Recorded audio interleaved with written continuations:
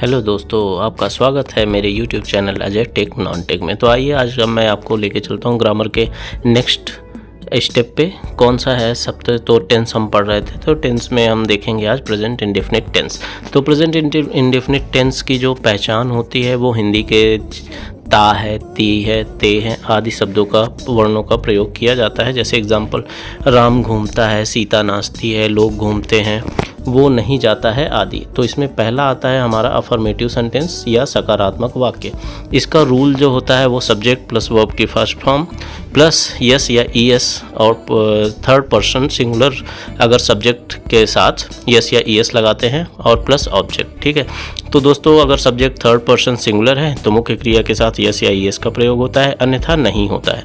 Only अगर English में हम इसे कहें तो only if the subject is third person singular we must use S और ES with the main verb of और else with.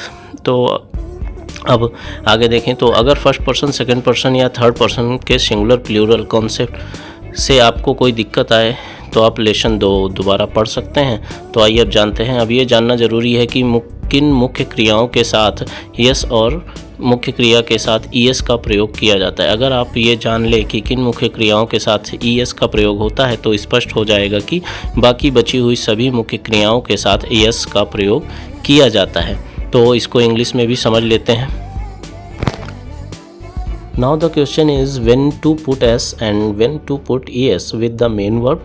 If we let you know when to put es with the main verbs, then would be understood that the reset would be put to yes. Okay, तो when to put es with main verb, तो मुख्य क्रिया के साथ es कब लगाएं? तो कुछ रूल और एग्जाम्पल के साथ दिया हुआ है।